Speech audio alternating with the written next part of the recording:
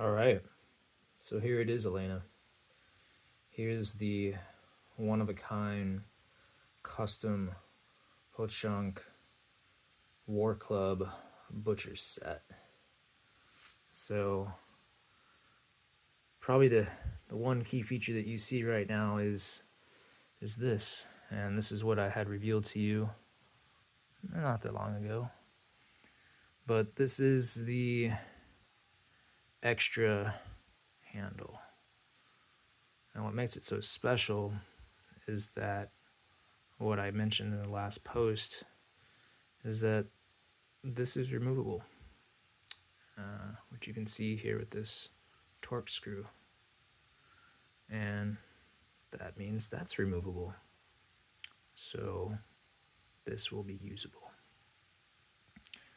So what we got going on here is full custom saya that emulates a war club with a Japanese Skinner spearpoint with a original open-faced suede lined magnetic saya. I used curly maple because maple is indigenous to the Wisconsin Dells area. Then I took some of the shells from the ones that you had sourced for me on the previous project and hand sculpted them to be spikes on the body of the face here. I also developed this process, which I'm calling stain blocking, to stain just one area of a stabilized material, which you can see is stained purple on the sides here as well. And yeah, so it's all polished throughout there. But what's really cool is I love how the magnetism worked out super well inside here. So when I get to that, I'll show you how it comes apart. But there is magnets on the inside underneath the suede lined interior, which I'm gonna pull this blade out right now, show you. It's very strong magnets. So here's the Dalstrong Damascus scimitar for the butchering aspect. Originally, it just had these really basic, flat, black scales on it. And so what I wanted to do was add a little bit more body to that. So I did this purple and natural curly maple that really reminded me of the wampum shell. Layered it with orange pins to bring it back to the copper pinecone material that was in the first concept that I did for you. And then there is sparkly purple acrylic in the middle with orange G10 liners, as well as purple liners, and this really cool scooped back carbon fiber end cap here that doesn't affect the weight distribution at all, but just really makes it stand out. So the balance on this lady is still on point there. And yeah, she is just a gorgeous work of art already. So set that aside here. I can kind of get into what I really want to show you, which is how this handle comes apart. So I found these cool little miniature thumb drives, what they call them, for driving the screws. So I'm going to start with this one, and we're just going to hold it in place, lefty loosey.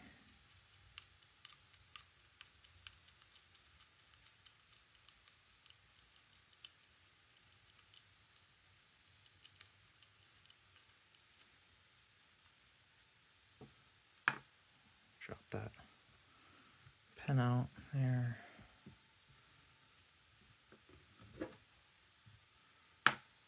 And there's the other one. And then you can see that this just comes out. So this like emulated the exact shape, size, everything.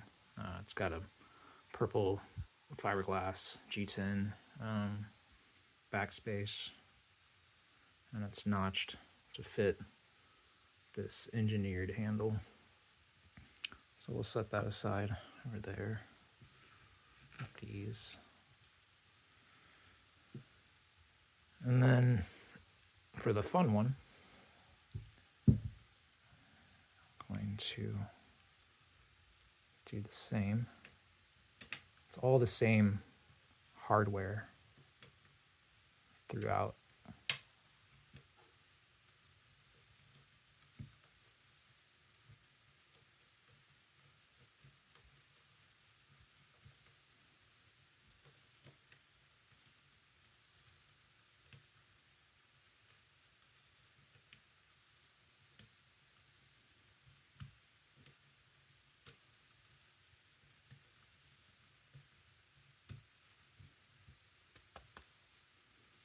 Not quite.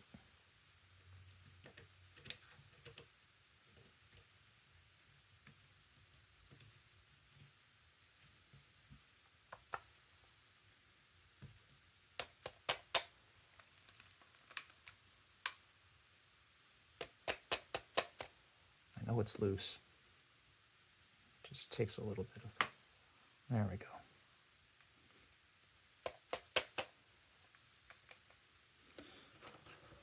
And use this little nail tool here to pop it through on the other side. It's a bit snug. And then as you can see, that just magically comes out of there. So then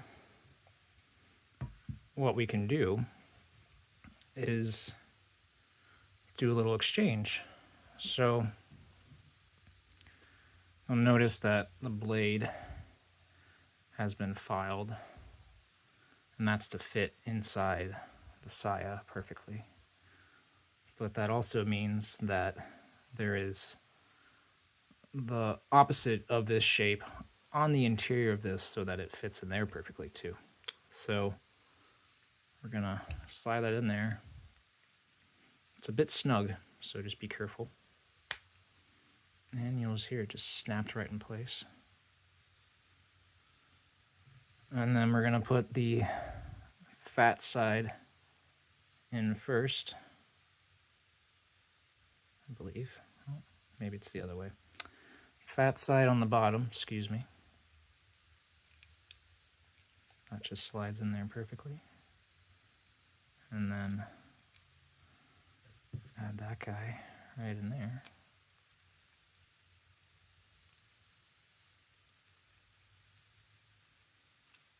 Gonna grab the other one, hold it in place here, and just tighten it until it's about just about hand tight in there. Do that other side too. So now you have this fully functionable, usable Japanese skinning blade that you can use in addition to your scimitar.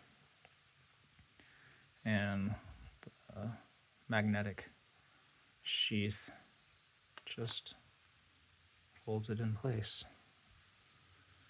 And so now we can also put this back into here so that it has a spot as well.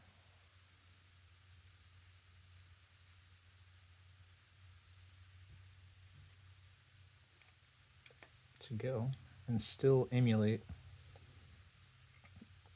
a spear point.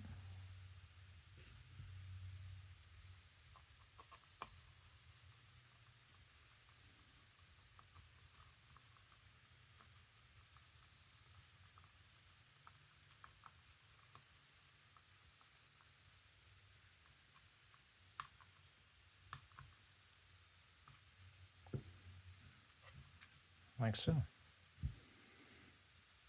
So now you have two knives. One, the main one, and that just slides ever so gracefully back into here. And it's magnetized very well, so this is not going anywhere. Not at all.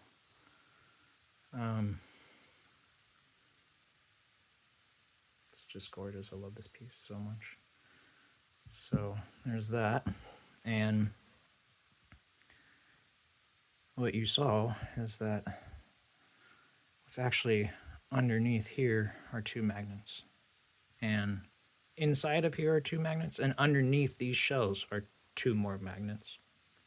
So you can take this and attach it like so to the outside of the case, and it will just stay put.